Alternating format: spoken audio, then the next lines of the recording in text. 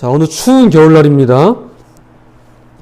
자동차 공업으로 유명한 디트로이트 시죠. 미국에 있습니다.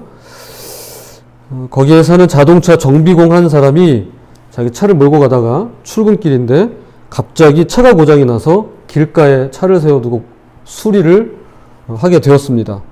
그런데 이 정비공이 이제 자동차를 수리하지만 도저히 고칠 수가 없는 겁니다. 추위에 떨면서 한참을 쩔쩔매고 있는데 어떤 지나가던 노신사가 차를 멈추더니 본인이 도와주겠다고 자청했습니다. 이 정비공은 속으로 생각했죠. 노인을 비웃었습니다. 아니, 나도 못 고치는 거 설마 저 노인이 고치겠어? 라고 말이죠. 차에서 내린 노인은 자동차 뚜껑 안쪽에서 금세 몇 군데를 손으로 만지더니 정비공에게 얘기했습니다. 시동을 한번 걸어보시라고. 정비공은 별 기대가 없이 키를 돌렸습니다. 그 순간 허무하리만치 시동이 너무도 쉽게 걸리는 것이었습니다. 깜짝 놀라면서 쳐다보는 그에게 노신사가 주머니에서 명함 한 장을 주고는 이내 사라져 버렸습니다. 명함엔 이렇게 적혀 있었다고 합니다. 헨리 포드. 바로 그 자동차를 만든 사람이었어요. 출처도 없고 확인된 바도 정확지 않은 자동차 공업의 중심지였던 디트로이트 시에서 전설같이 내려오는 이야기입니다. 출처 없습니다. 물론 이제 목사님들이 본인의 책에다 기록은 해놓습니다. 자, 이 이야기가 말해주는 바는 분명합니다. 뭘까요? 자동차를 가장 잘 아는 사람은 그 자동차를 뭐한 사람이다? 만든 사람이다. 그렇죠. 의문의 여지가 없습니다. 이것은 저와 여러분의 인생에도 똑같이 적용됩니다. 나를 가장 잘 아시는 분은 바로 나를 지으신 분이라는 사실입니다. 우리 인생은 때론 고장이 납니다. 고장 없는 인생이란 없죠. 몸도 고장이 나고 마음도 고장이 나고 가정이 고장이 나기도 하고 인간관계가 고장 나기도 합니다. 바로 오늘 성경의 모세가 그러했습니다. 그의 인생은 고장났습니다. 아주 단단히 고장났습니다. 그는 사람을 죽이고 파묻었습니다. 가족을 버리고 떠났습니다. 아무도 없는 광야로 도망쳐 숨었습니다. 고장난 인생이죠. 고장이 나지 않고서야 이럴 리가 없습니다. 누군가 와서 고쳐주어야만 그는 그곳에서 빠져나올 수 있는 상황입니다. 이윽고 그의 광야 생활 40년 만에 누가? 하나님께서 모세를 찾아오십니다. 마치 지나가던 노인이 자청했던 것처럼 하나님께서 모세를 찾아오십니다. 그리고 망가진 그의 인생을 완전히 바꿔놓으십니다. 자, 지난주 설교에서 이미 첫 번째 내용을 살펴보았습니다. 그리고 오늘 이어서 두 번째 내용을 함께 나누도록 하겠습니다. 부디 저와 여러분의 인생에도 동일하게 찾아오시는 그분의 손길 앞에서 결코 뒷걸음질 치거나 주저하시거나 저는 불편해서 못하겠어요. 저 힘들게 하지 마세요. 라고 불순종하지 마시고 반대로 주님 따라가시는 저와 여러분이 되시기를 부탁을 드리겠습니다. 자, 지난주 주도권의 전환에 이어서 오늘 본문에서는 한계의 극복이 일어납니다. 모세의 한계가 극복이 돼요. 한계의 극복이 일어납니다. 우리 인간에게는 한계라는 것이 있습니다. 신도 아니고 전능하지도 않은데 뭐든 다 할 수는 없는 노릇이죠. 그래서 먼저 자기 자신의 한계를 아는 것이 중요합니다. 슈퍼맨이 되겠다고 보자기를 뒤집어 쓰고 옥상에서 뛰어내린다면 그에 따른 대가가 너무도 클 것입니다. 그렇죠? 그러므로 자신의 한계를 정확히 아는 것이 참으로 중요합니다. 그러나 한계를 정확히 알았다고 해서 그것이 전부는 아닙니다. 한계를 알았다면 이제는 그 한계를 극복하려는 시도로 이어져야만 합니다. 나는 이런 사람이야 라고 한계를 아는 것이 다가 아닙니다. 그 한계를 극복하고자 하는 시도가 필요합니다. 학생들이 학교에 가는 이유는 그 한계를 인정하고 인정된 한계를 어떻게 하고자? 극복하고자 가는 것입니다. 우리가 예배당에 나오는 것은 내 한계를 인정하고 죄인이라는 한계를 인정하고 그 죄인이라는 한계를 어떻게 극복하고자 나오는 것입니다.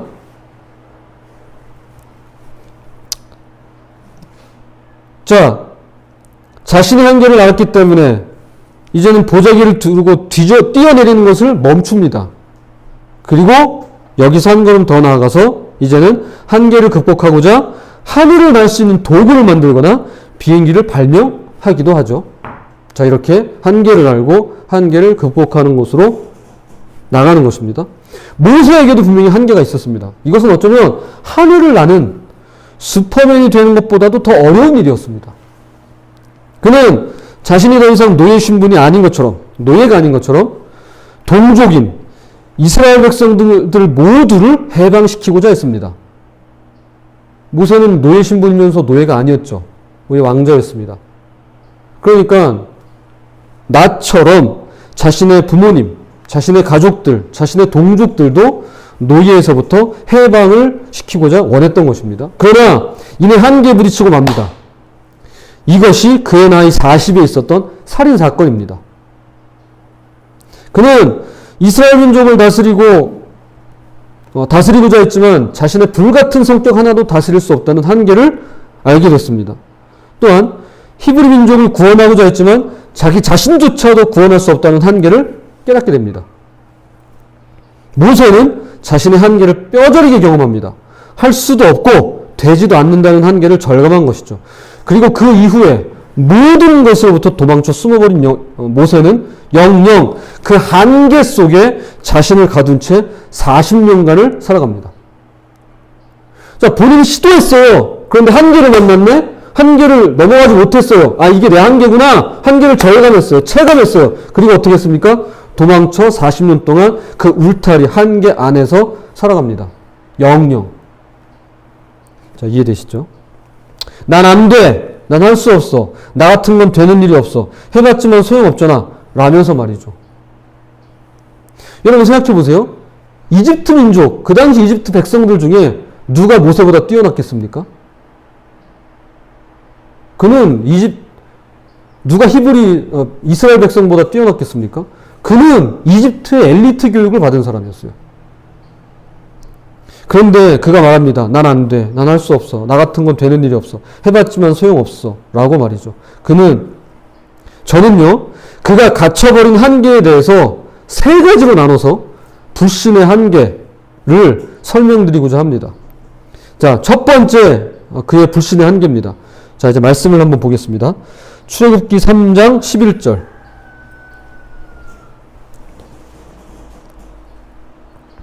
자, 출애굽기 3장 11절을 이성희 사님께서 한번 읽어주시죠. 모세가 하나님께 고하되 내가 누구한테 바로에게 가며 이스라엘 자손을 애굽에서 인도하여 내리까. 모세가 하나님께 아뢰되 내가 누구이기에 바로에게 가며 이스라엘 자손을 애굽에서 인도하여 내리까. 모세는 먼저 지난 40년간 본인 자신을 알지 못하고 믿지 못하는 불신의 한계에 갇혀 있습니다. 내가 누군지를 모르는 거예요. 1차적으로 내가 누군가 싶은 겁니다. 그렇죠. 노예인지 왕자인지 모르겠어요. 히브리인지 이집트인지 헷갈립니다. 운막에서 지내야 될지 궁궐에서 살아야 될지 모르겠는 거예요. 이렇듯 모세는 자기 자신 스스로를 불신하는 한계에 갇혀 있었습니다. 자, 두 번째 그의 한계입니다. 자, 13절을 우리 서연이가 한번 읽어주세요. 3장 13절.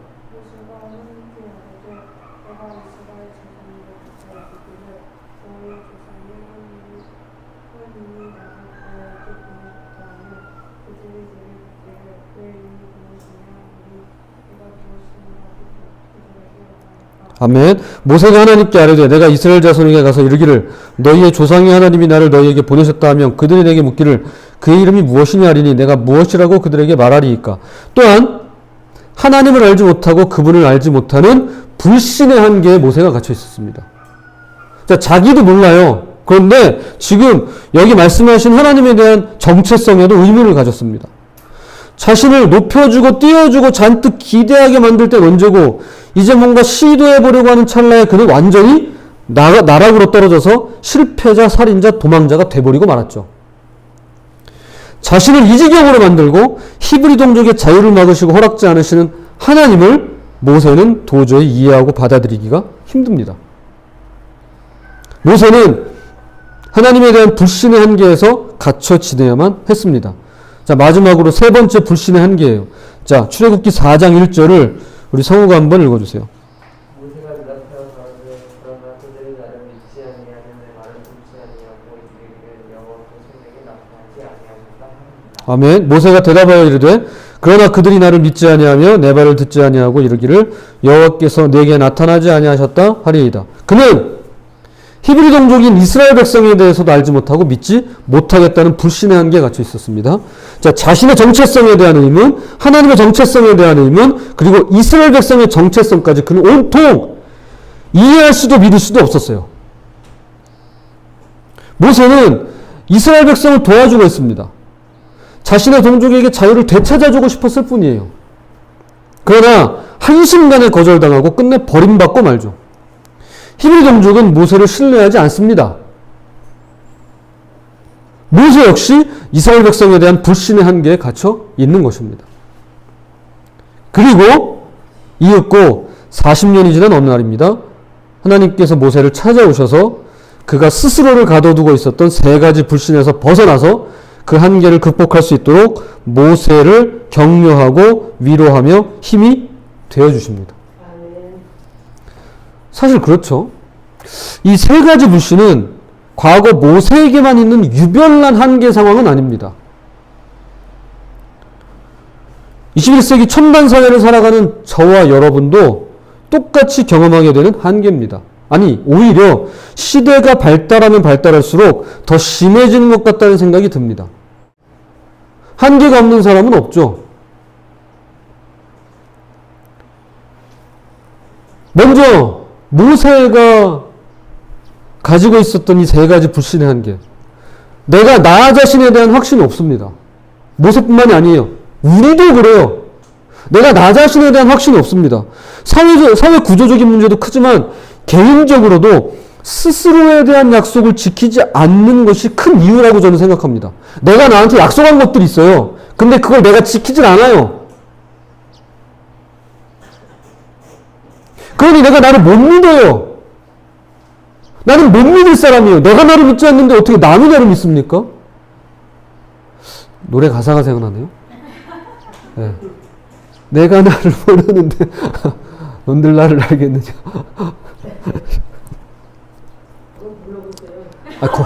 거기까지밖에 몰라요. 그거밖에.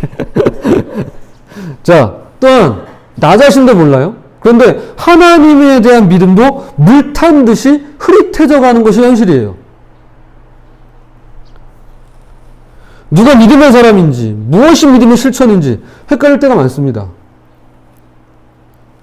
오히려 하나님보다 돈을 더 믿어요. 또한 새로운 시대에 맞게 투자에 더 큰 신뢰를 보냅니다. 여기에 투자해봐. 여기에 한번 넣어봐. 이런 식으로 말이죠. 저는 그렇게 생각해요.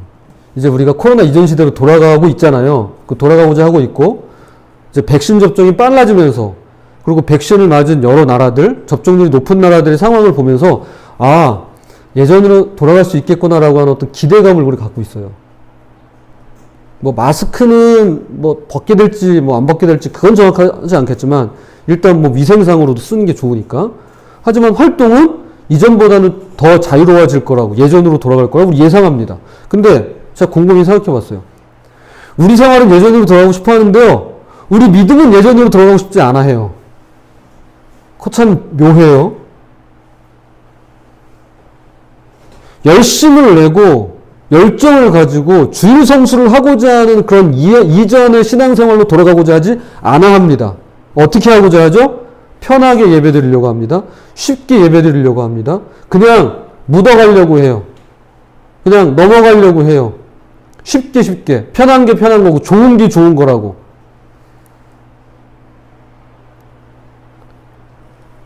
자, 하나님에 대한 신앙이 그래요. 하나님에 대한 불신이 우리 가운데 있습니다. 물탄 듯이.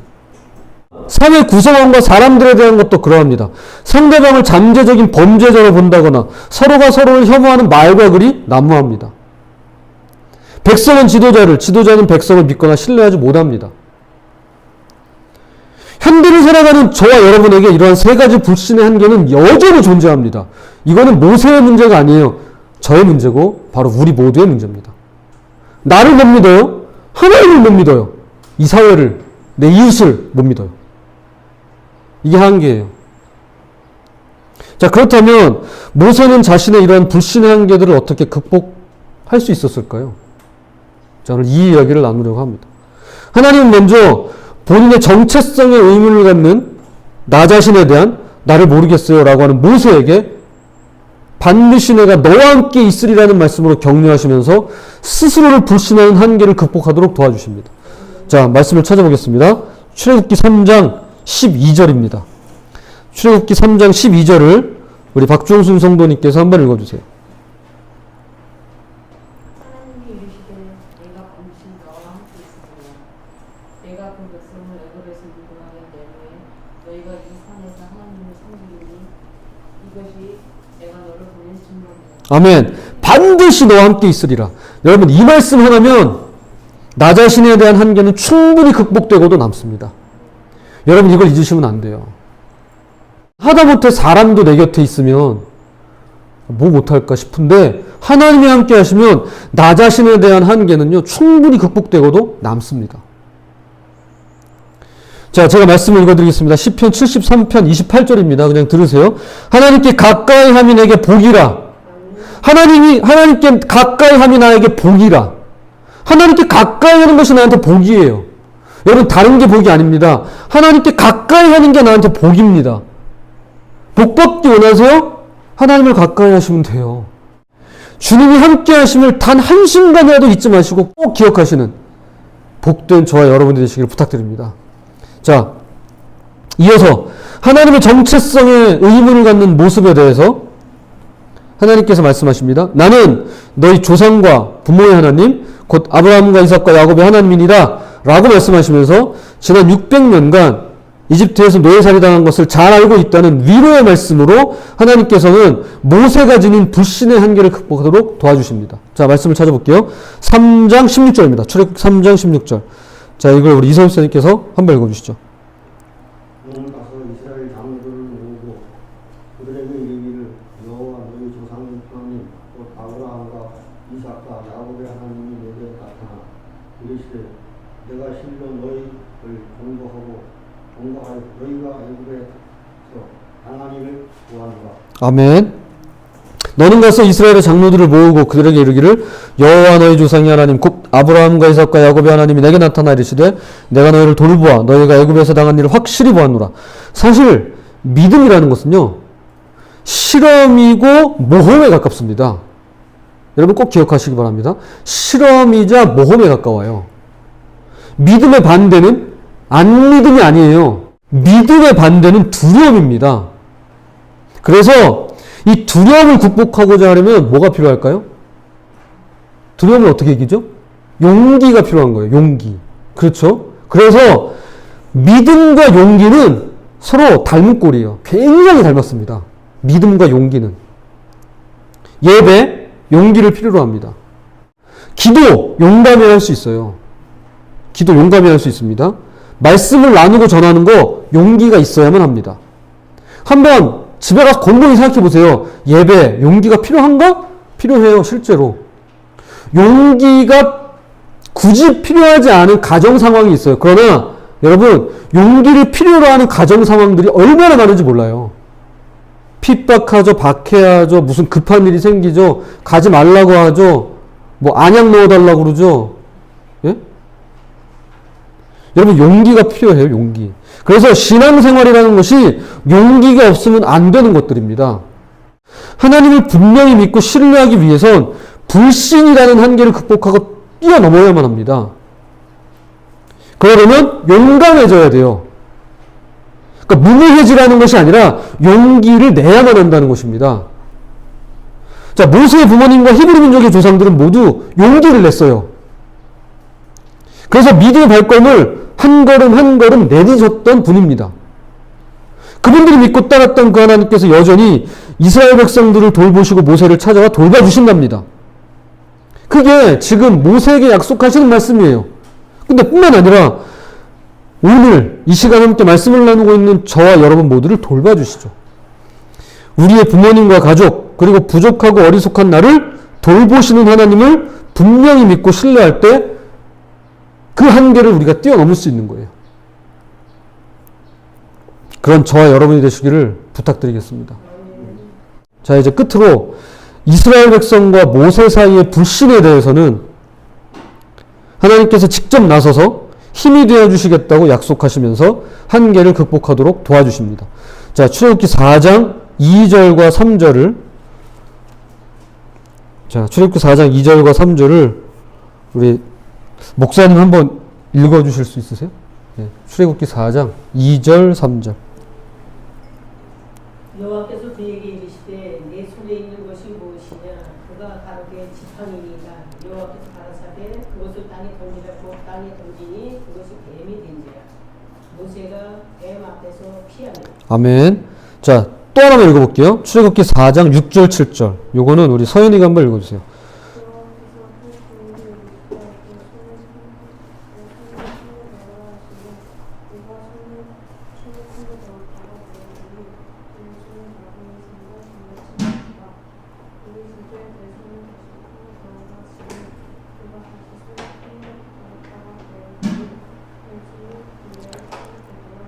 아멘.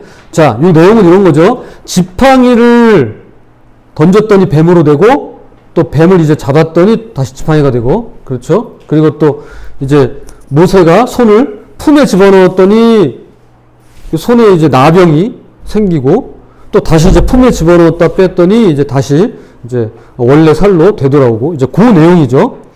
자, 지팡이를 뱀으로, 다시금 뱀을 지팡이로 바꾸신다거나, 모세의 손에 나병을 일으키셨다가 이내 고쳐주시는 모습은 마치 익숙한 어떤 한 장면을 떠올리게 합니다. 그리고 이 장면이 하나님께서 이 세 가지, 나 자신의 한계, 그리고 하나님에 대한 어떤 그런 한계, 그 다음에 사회에 대한 그런 어떤 한계, 이런 불신의 한계들을 극복하는데 이 이야기가 가장 적절하지 않을까, 가장 알맞지 않을까라고 생각이 듭니다. 자, 요런 얘기입니다. 요거 제가 한번 이렇게 만들어 봤어요. 이제 익숙한 장면이에요. 자, 여러 명의 상급생들로부터 위협을 받고 있는 한 소년이 있습니다. 사실 저희 아들을 생각하면서 이제 한번 생각해 봤어요. 요 아들을 생각하면서 한번 이렇게. 눈빛은 흔들리고 다리는 덜덜 떨리고 손에선 땀이 흐르고 심장은 요동을 칩니다. 그는 잔뜩 겁에 질려 있습니다. 그런데 그 등 뒤로 익숙한 발자국 소리가 다가오는 것이 들립니다. 이건 분명히 그분의 발자국 소리가 틀림없어요. 이 소년이 휙 하고 뒤를 돌아봤더니 아버지예요. 그가 아빠 하고 부르면서 이 품에 와락 안깁니다. 아빠가 말합니다. 아들아, 오래 기다렸지? 아빠가 왔어. 이젠 아빠가 함께 있으니 아무것도 걱정하지 마렴. 모든 위험과 두려움이 사라지는 순간이죠. 걱정 따위는 전혀 없습니다. 소년의 눈에서는 이제 빛이 나고요. 흔들리던 다리는 견고해지고요. 심장은 다시 평온함을 되찾습니다. 비로소 아들의 빈손은 아빠의 강한 손으로 꽉 채워져요. 이제 더 이상 겁과 두려움은 한여름 눈 녹듯이 사라지고 없습니다. 이것이 지금 하나님께서 모세에게 하시는 일이에요.